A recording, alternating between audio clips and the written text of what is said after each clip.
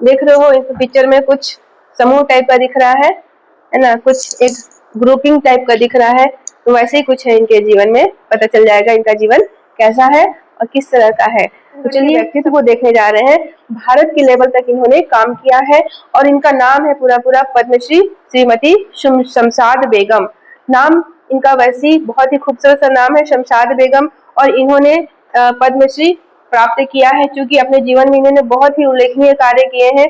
भारत सरकार के द्वारा इनके उल्लेखनीय कार्य को देखते हुए इन्हें पद्मश्री अवार्डेड किया। कुछ बातें बहुत बिग में तो नहीं, लेकिन शॉर्ट में जानेंगे कि इनके जीवन में क्या क्या इन्होंने कार्य किया है, जिसके बाद सरकार ने इनके योगदान को पहचान किया है और अवार्डेड किया है। तो देखिए, सबसे पहले तो इनके बारे में जान लेते हैं कि यह बालोद की निवासी हैं, बालोद की रहने वाली हैं यह।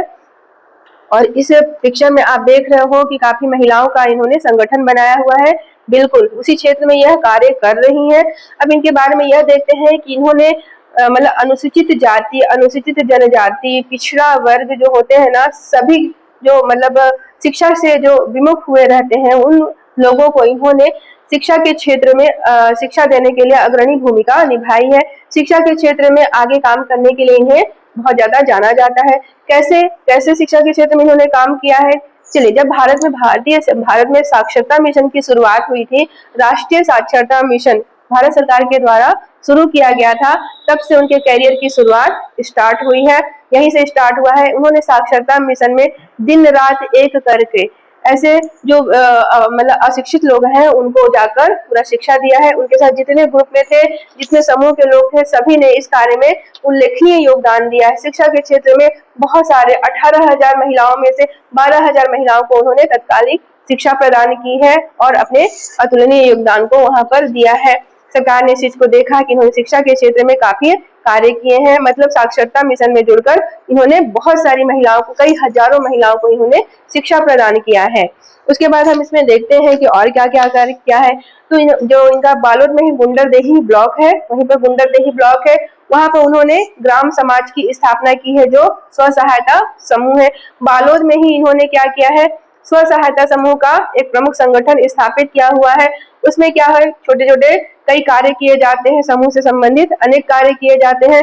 उसमें देख रहे हैं उन्होंने उसी बालोद के अंतर्गत 1041 स्व सहायता समूह संगठित किए हैं। मतलब जिस मेन समूह को इन्होंने स्थापित किया है, धीरे धीरे कई समूह स्थापित कर दिए, 1000 से भी ज्यादा, 1041 और उससे भी ज्यादा, मतलब बहुत सारे महिला स्व सहायता समूह का इन्होंने गठन किया। अब उससे उन्होंने क्या किया, बहुत सारे प्रोडक्शन कार्य करना चालू कर दिया है। छोटे छोटे गृह उद्योग, कुटीर उद्योग स्थापित कर लिए और वहां पर अचार पापड़ जो देखते हो बेसिक चीजें होती हैं, कई चीजें इन्होंने ऐसे करके महिलाओं को एकत्रित करके किया। इससे क्या हुआ, महिलाओं में सबलता आई है, महिलाएं शिक्षित हुई, उसके बाद उन्होंने आर्थिक रूप से सबलता प्रदान की गई है।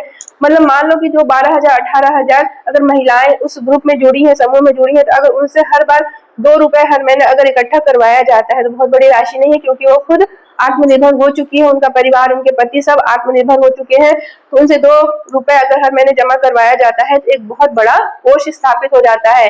$150 मिलियन ऐसे करके 150 मिलियन से ऊपर, मतलब बहुत बड़ा आर्थिक कोष एकत्रित हो जाता है। जो महिलाएं घर में बैठी थी, जिनका हाथ पांव यूं ही बंधा पड़ा था, आज वो हाथ चलाकर बिल्कुल इतने बड़े कोष की मालिक बन बैठे हैं।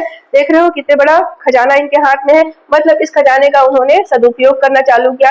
जिनके घर में कोई प्रॉब्लम है, जिनको कुछ जरूरत है, उनको अपने इस आर्थिक सहायता कोष से देना चालू किए, ताकि उनका कहीं और से ना मांगे, इसी से मांगे और उनका घर गृहस्थी अच्छे से चल सके।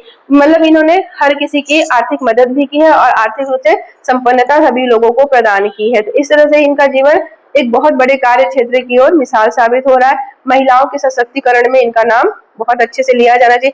अगर आप लोग महिला सशक्तिकरण का एग्जाम्पल देना चाहेंगे तो यहाँ पर श्रीमती शमशाद बेगम का नाम बिल्कुल लीजिएगा, क्योंकि इनका नाम एक महिला सशक्तिकरण के क्षेत्र में बहुत बड़ा सूरज की तरह नाम दिखता है। ये इनका जीवन है और भारत सरकार ने इनको 2012 में पद्मश्री अवार्ड से नवाजा है। देखो